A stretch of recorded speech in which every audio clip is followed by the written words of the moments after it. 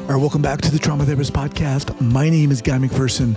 My mission is to help trauma therapists be their incredible selves, to be human, to be real, not just a clinician. I'm a big believer in who we are is more important than what we know. And this requires cultivating authenticity, genuineness, and vulnerability, and that requires intention. You can learn more about my courses and workshops by going to thetraumatherapistproject.com. That's thetraumatherapistproject.com. Let's get started. All right. So 5, 4, 3, 2, and 1. All right, folks, welcome back to the Trauma Therapist Podcast. I am very excited to have back Dr. Brock Chisolm. Brock, welcome back. Hey, Guy. How are you? Awesome. So glad you decided to come back and join me. I really loved talking to you initially, and that's why you're back here. So Brock has over 15 years experience in the psychological assessment and treatment of trauma survivors. He's a clinical psychologist and has assisted in the development and implementation of comprehensive services for trauma survivors internationally. In addition, he is also an advisory to several NGOs on self-care and prevention of burnout strategies for staff who work with traumatized populations. Brock has provided expert witness in several high-profile human rights violation cases in the UK and international courts. He's an approved expert for the Preventing Sexual Violence Initiative, hosted by the UK Foreign and Commonwealth Office, and elected board member of the UK Psychological Trauma Society. How does that sound? Sounds good. Right. Is that me? That is you. So let's bring some people up to speed here who maybe didn't catch your first episode, and we'll certainly have that linked up in the show notes page here. But give us a kind of a snippet of, first of all, where you're from originally and where you are currently. Okay. Well, I was born in Canada. I moved to the UK as a kid. I think I was 12 or 13. And then I spent most of my psychological career in London, but I've moved to the coast near Brighton in the UK. Okay. So how did this start for you? How did this interest start for you? I've always been interested in both human rights and psychology. So what I've been working with is the perfect overlap for that. And I guess the other thing that I like about the work that we do is that people recover from trauma, or can do. There can be post-traumatic growth. People can see things differently and feel better afterwards. I don't mean that we can completely take the pain away.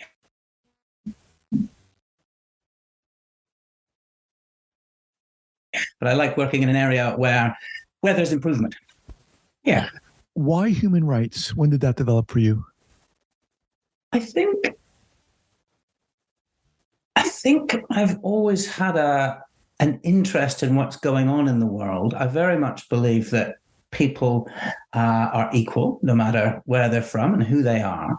And I also believe that we have to fight for those rights, because in most places in the world, and indeed the places probably with the best human rights record, still have an incredible amount of violations. And if I think some of the people take that for granted and don't realize that what they have is as important as they have, I guess, until they lose it.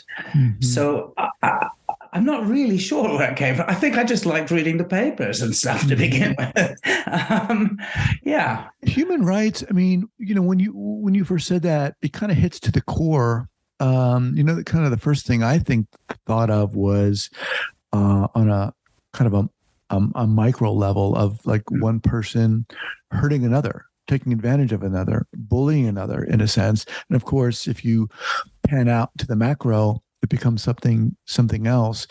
But for me, there's a sensation of, my God, I how can I help this other person? How can we help them because it stings.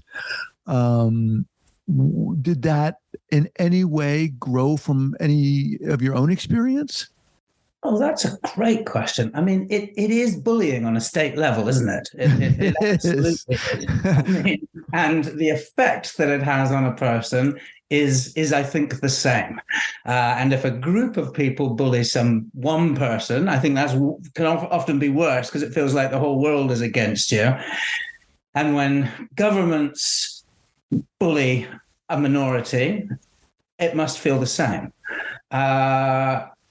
And so, yeah, I think, when I first moved from Canada to the UK, in my first year, I had a Canadian accent, which people in England didn't like. So I got bullied there for sure, and felt some of that. And then, then I moved away. I was just there for 1 year, moved to another school, and it was a completely different experience. People were nice to one another. It was in a different part of the country where things are easier, life is easier. And it was,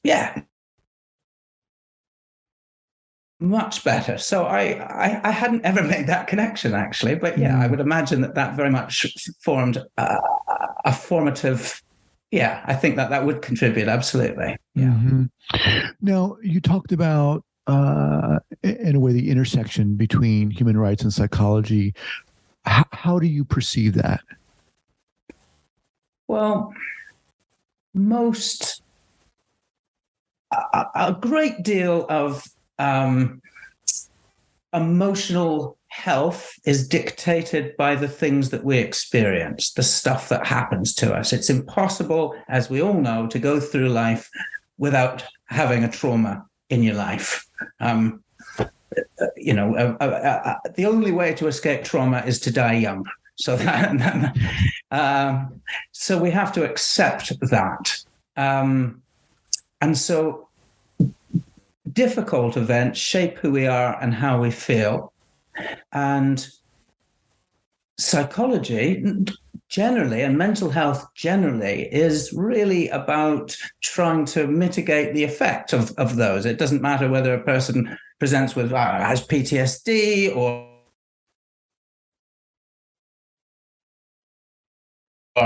depressed and I'm not just interested in human rights, but those are the ones that I feel that there's something on a greater level that can be potentially done so that we live in a world which essentially people are more like the second school that I went to than the first school that I went to, making that connection. Yeah. So, in your organization, Trauma Treatment International. Trauma Treatment International, right? So, give us the broad brushstroke of what you folks are doing. Sure. So, I guess actually, just to go back to your question as well, why just human rights? So there's so many traumas. Sometimes it's helpful to focus just on a few things so that you can understand and learn what you're doing and become, I guess, better at providing help. So Trauma Treatment International is set up to provide psychological interventions for people that have been set violence. Collective violence is essentially things like trafficking, torture, slavery, war. And our ethos is to try to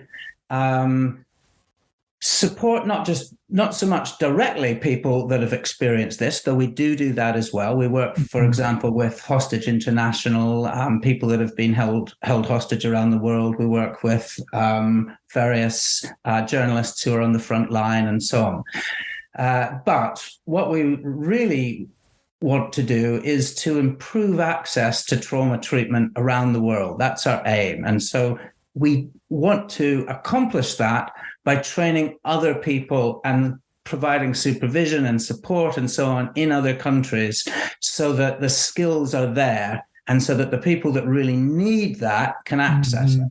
That's the first thing we do. The second thing that we do is we work with organizations,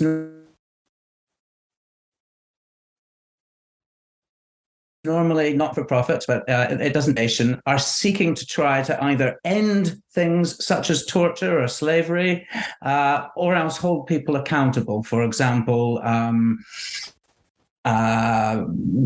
media organizations which are providing the stories of what's really happening close up, or the ICRC or Human Rights Watch, for example.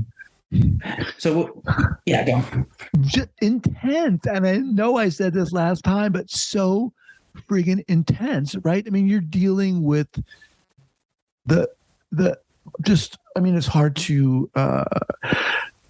judge any trauma, but there's no doubt. I mean, this is very hardcore. I mean, human trafficking and slavery and torture is on the far end of the continuum of what we're talking about here. How do you? Well, let me ask you a question here. So those people who have been, who have experienced trafficking and torture and been held hostage, is there a commonality in how you approach them to work with them? Oh, yes. Yes, with a caveat. We are, some of the time following traumas, as you know, people might have PTSD, maybe about half the people. So there's a commonality, I think, in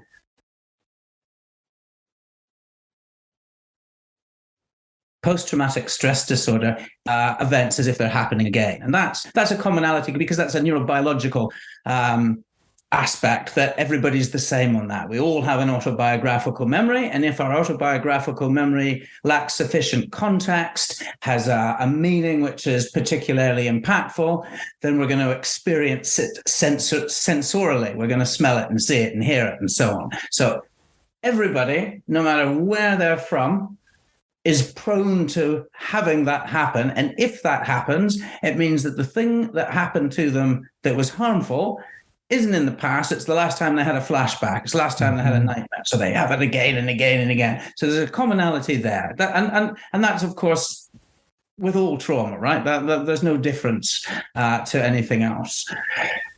I guess another commonality to some of the collective violence that we're talking about is that its whole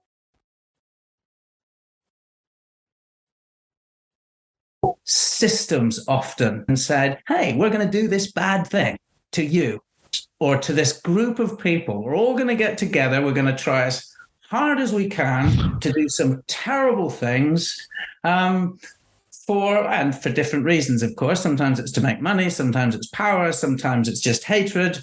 But that is often different from other types of trauma. If somebody attacks me in the street, for example, it's not very personal and it's one guy. But if I knew them, then it's more personal. That's a difference. But if it's my government, or if it's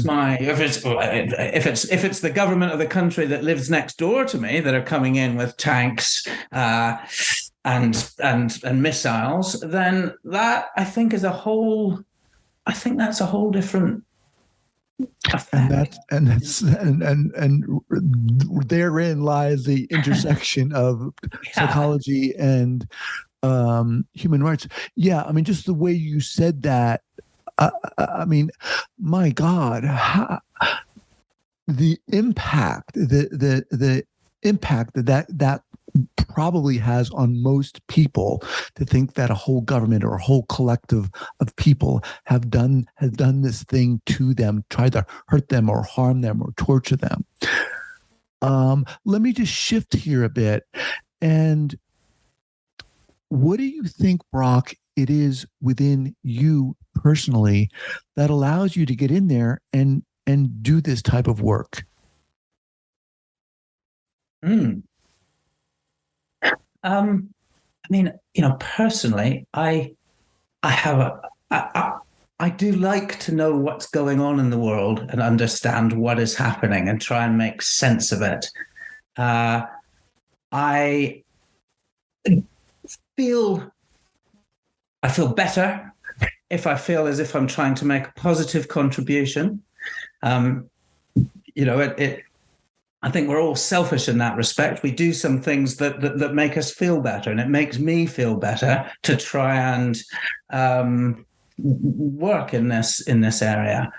I also find people's stories are fascinating, and I really, really enjoy the connection that can be made from somebody whose life has been completely different from mine. In often, sometimes people's lives are quite similar, actually, but other people I work with, it's hard to imagine what they've been through, where they've come from, or going on. I mean, a country that mainly has a rule of law. I mean, a country that mainly doesn't abduct and torture people. And that's just because of where I was born. I mean, that's just luck. But I really, there's not one person that I've worked with where there hasn't been a connection that we can speak on a human equal level. And I love that. I really enjoy that. All right, let's just pause here for a second to thank our sponsors. All right, we are back. I mean, I can't sit here and imagine what torture or being in war would be like. But it's interesting, when you said in response to my question, you like knowing what's going on in the world and trying to make sense of what's going on. And yet, when you're talking about torture and human rights violations and trafficking, sometimes how do you make sense of that, right? There almost seems to be, but yet you said, well, sometimes it's done. There are reasons why it's done. So that to me is very difficult, a challenge to understand. How do you make sense of this harm that one person is doing to another on a very simplistic level? Well, the last person that I saw today asked me a kind of a similar question. It was her final session. She worked in a war zone and in a prison.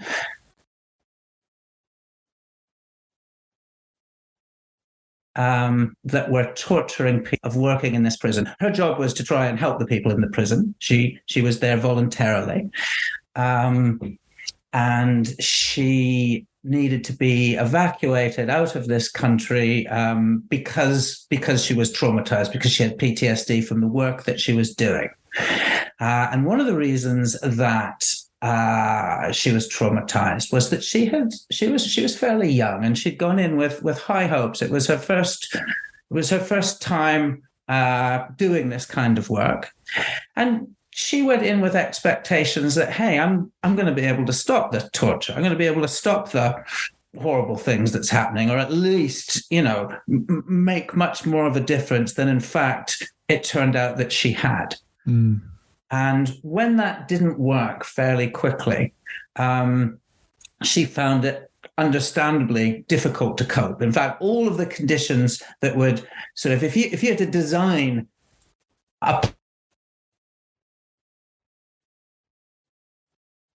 place where you would end up, and this was our final session today, and she said,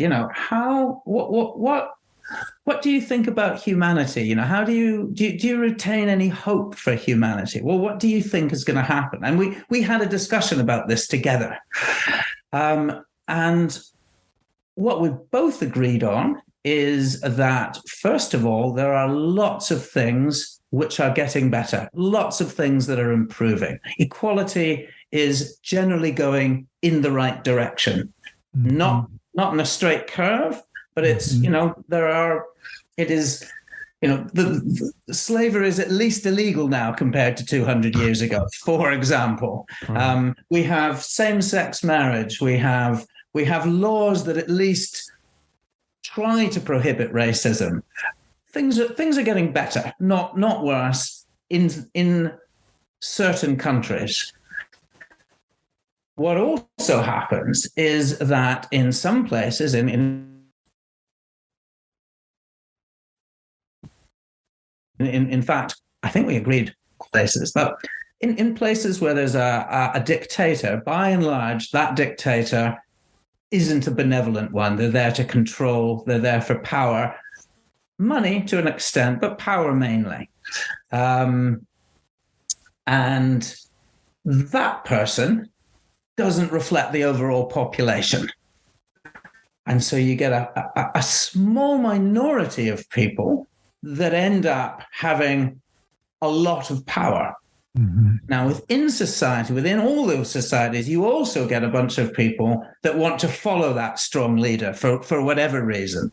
I find it really difficult to understand how that happens, why that happens. That I can't make sense of that. And perhaps we could talk about that a little bit later on. But so you have these places where you get a strong leader without empathy, somebody who would score highly on the psychopathy scale, who either gets enjoyment from control, her to, or doesn't care about it. And those people remain in power. And going back to the question, how do you retain faith in humanity? Well, I think it's a small number of people that have a large amount of control. And I do believe that providing, and this is a big providing, we don't kill ourselves, we don't end it soon. In 200 years' time, I think the world will be a much better place. Unless, of course, there's Armageddon, there's a climate catastrophe. It's the sort of thing like, if we can get past this, things will be much, much better. Things are all moving that way. But it's a scary place. It's a scary place at the moment, in particular. Mm-hmm. Things seem a little bit more frightening than they did, say, 10 years ago. Yeah, I mean, that's a good question that person asked. And I think as you're talking, what's coming up for me is I think the answer, or at least my answer, would depend on where I'm standing at the moment. If I'm really up close, or you're talking about from a broader perspective, from a global perspective, and how things have gotten safer in the world, of course. But for me, I tend to operate more on a micro one-to-one level, and I would find it very difficult to respond to that person's question with things are getting better, because I tend to be more into the a closer perspective, and yet I would I understand that globally things are getting better, but I mean, you're dealing with human trafficking and torture, and my God, I mean that's still going on. Yes, albeit on a smaller scale. Yeah. I mean, I think that's what I was trying to say. At least things are improving in that slavery is illegal, for example. Right. I don't mean that it doesn't happen. Of course it happens. Right. But there's an example. There are less wars now than there ever have been. Doesn't feel like that, right. But there are statistically less people dying in war than there has been in any other time in history. Right. That's better. But then, we tend to see, especially when we focus on the more micro level and the news just generally, it's hard to see that. It's hard to recognize that. I spend at least half the week working with people who are in or affected by the Ukraine. I can't tell them that the Ukraine's getting, I'm not saying it's getting better there. It definitely isn't. Mm-hmm.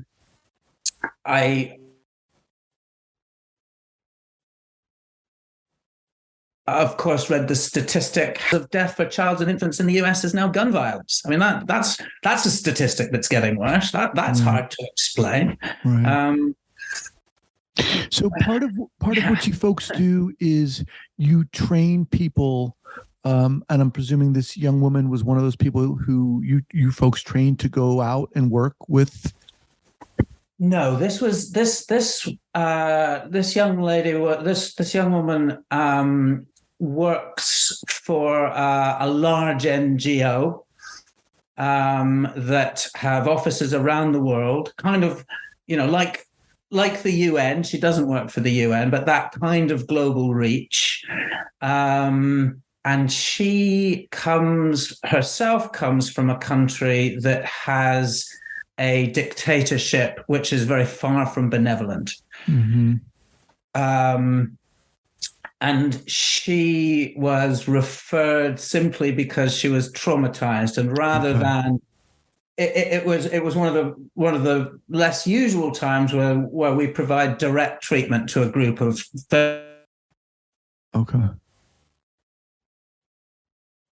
various organizations that we work at a wider level. But I think it's really, really important to remember what we're doing by also continuing to provide therapy on a one-to-one level so that so that we remember what we're talking about. I don't think you can train people if you're not doing it very easily. Right. Let me just remind everyone, I'm speaking with Dr. Brock Chisolm of Trauma Treatment International. Just conscious of the time here, you'd mentioned you wanted to touch base on, I think this is a very interesting topic, of how a group of people can follow such an individual, a dictator, if you will. How does that happen? Well, I'm hoping you're going to tell me, Guy. I mean, of course, there have been historically, examples of this, but it is a phenomenon and a scary one at that. Yeah. I'll tell you what I think it's similar to. But again, I haven't got much of an explanation. And the amount of people that you've spoken to and worked with, I'm hoping you can say, hey, actually, listen back to episode 391, and then you'll get your answers. I'm really hoping for that. No pressure. When I started my career, I worked with a lot of people who were affected by domestic violence. They were in controlling and abusive relationships. And as we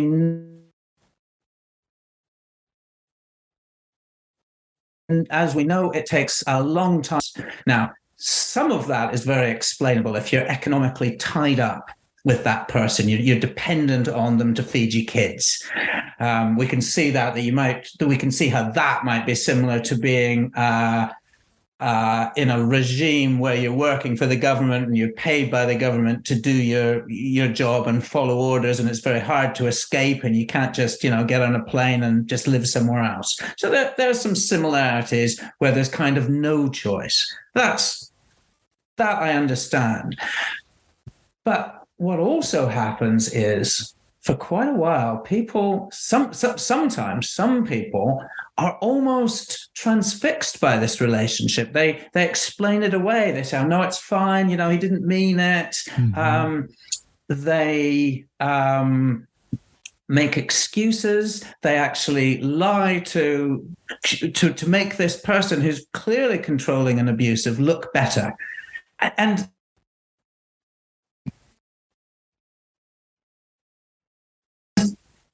it's off. I wonder if some of the things that people called witchcraft years ago, although it tends to be more men controlling women rather than women who are called witches. So that is not the similarity. But it's like people are under a spell. And I worked with someone who she's intelligent, she's assertive. She had a string of relationships that were good, and she came under the spell of somebody who was manipulative and manipulated her and controlled her.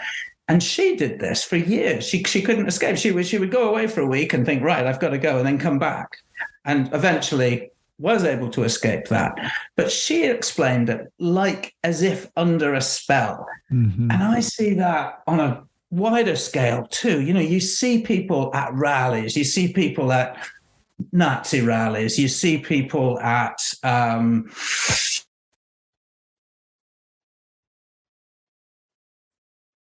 I don't know, under Putin, are slightly dissociated. They're not.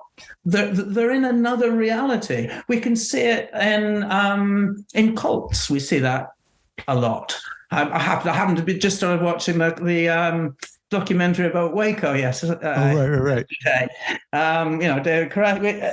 So it seems as if we're all susceptible to this, to becoming like hypnotized. This is the bit I can't explain, Guy. Mate, can you? Well, no, but I what's coming up for me is a clear narcissistic personality on one hand, and it almost feels like a lock and a key, right? The two need each other to exist. It's very similar to as you said, I think, or implied, an abusive relationship where this one person explains away what the other person is doing. It's and not only that, but in a lot of instances is influencing the group of people to enact, right, certain atrocities on a collection of other people. I mean, it's frightening and scary. And no, I don't have a particular episode to point to, but I think it's a phenomenon that's really interesting, and that is still occurring today. Obviously. Yeah. And there are some things that we can understand. So, for example, if you manipulate the truth, so people on an individual level, on those kinds of relationships, the narcissistic person and the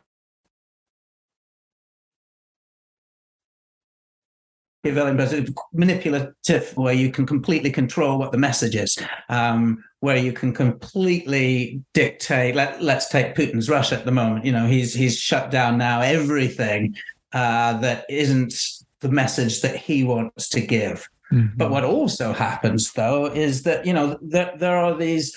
Russia's again quite good at, I think, sending out these alternative facts, let's call them, where they're using Facebook to present an alternative reality. And I think a lot of people that believe that, I think some people that believe those things want to believe them because they say, hey, I know the truth. You don't know what the real truth is. I know that there's kids taken in a pizza pizza restaurant in Washington and so on. And you don't. And that's because I'm smart and you're stupid, kind of thing. I can see the motivation for some.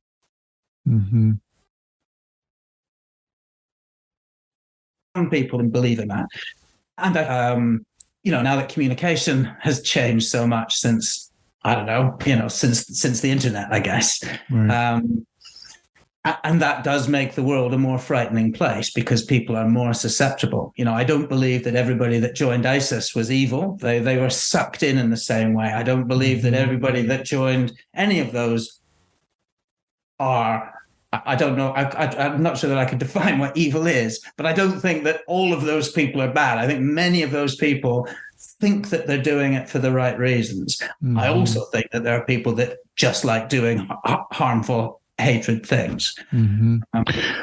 As we kind of wind down here, Brock, who, the listeners here, therapists of all kinds, survivors of all kinds,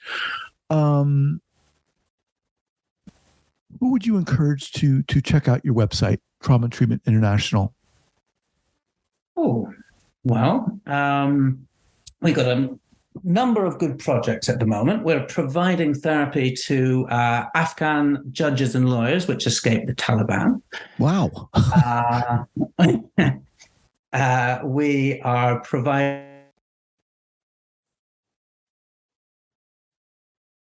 training to families. It was for people hosting Ukrainians in their own home, but it's now, the funding for that's now a wider project. So anybody who wants tips on how to host people who have escaped trauma If you are in an organization or you're in work where you are either exposed directly to trauma yourself from what you're doing, or else you're working with traumatized people, then we have a resource hub about how to keep you doing the best job that you can, especially if your job is to try and end those traumas. And I would mainly encourage any billionaire that happens to be watching right now who would like to fund what we're doing. That would be my first. I'd probably put that top of the list, if I'm honest. Awesome. It turns out, and this is going to surprise you, Guy, a lot more money is spent on harming people in the world than it is on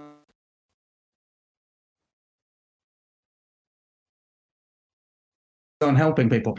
It'd be nice to change that, wouldn't it? Yeah. Well, look, Brock, awesome talking to you. So inspiring to talk to you, man. I mean, what you're doing is just so laudable. And I'm so glad there are people like you out there, sincerely, who are doing this work.